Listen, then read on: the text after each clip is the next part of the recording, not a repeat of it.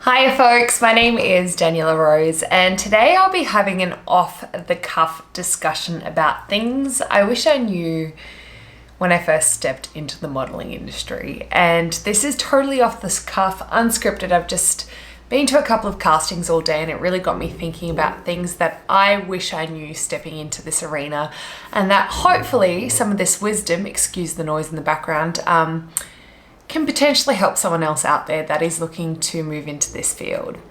So one of the major things that I think a lot of models, they just assume as soon as you get signed that that's when the work will start just funneling in. But that's only one part of the actual equation.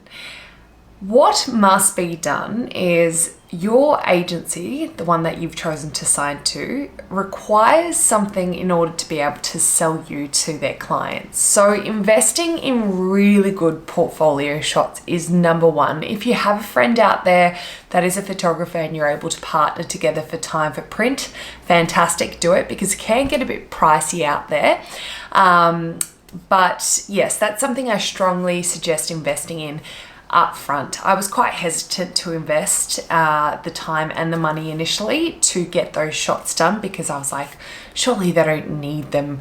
But it is ultimately what they're using to be able to portray you as a person to the actual client and who they're trying to book jobs with. So there's that element. And then there's also ensuring that you're constantly in touch with your agent. So letting them know that you're there, you're interested, not in a nagging way, but just kind of being like, hey, I do exist. Because in most instances, agencies will have several hundred people on their books. So just, sliding to their DMs or staying active, engaging with them on Instagram if you do have them on Instagram, or sending them new updated shots or digis or measurements constantly. When I say constantly, maybe once every 2 months or whatever it may be.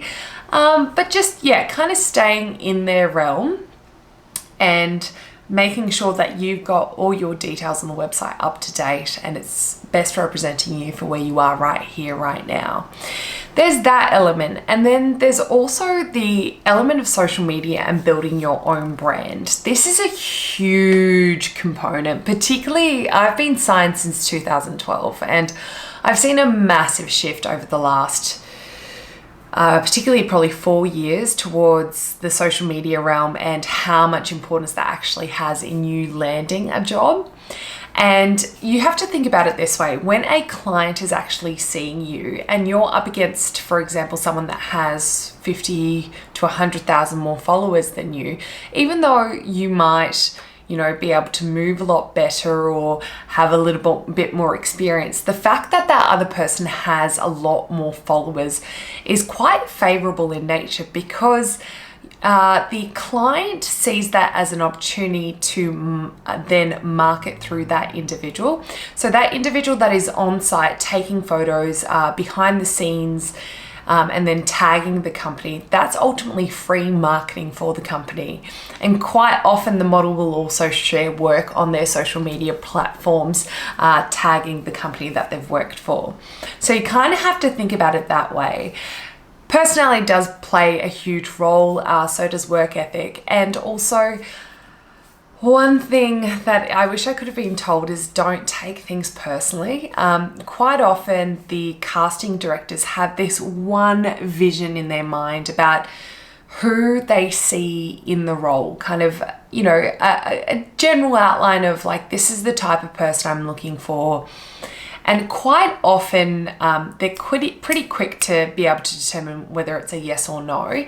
But yeah, I think when you are going into a casting, just understanding the fact that it's nothing to necessarily do with you or your performance in most instances, as those first kind of 2-3 seconds of the casting director seeing you visually and going, yeah, no, I didn't envision this to be the look that I was kind of going for, or it doesn't really fit the brief that I had in mind. So yeah, just when you are going in, have that in mind, particularly if there's no callback and you feel like you knocked your audition out of the park. It's happened on so many occasions, and I think as well, ensuring that you are staying on top of your mental health in this particular realm, whatever means you choose to, whether that's through nutrition, movement, speaking to friends, seeing a psych, but just making sure that you're staying, you know, mindfulness, yoga, but just staying on top of your mental health and knowing that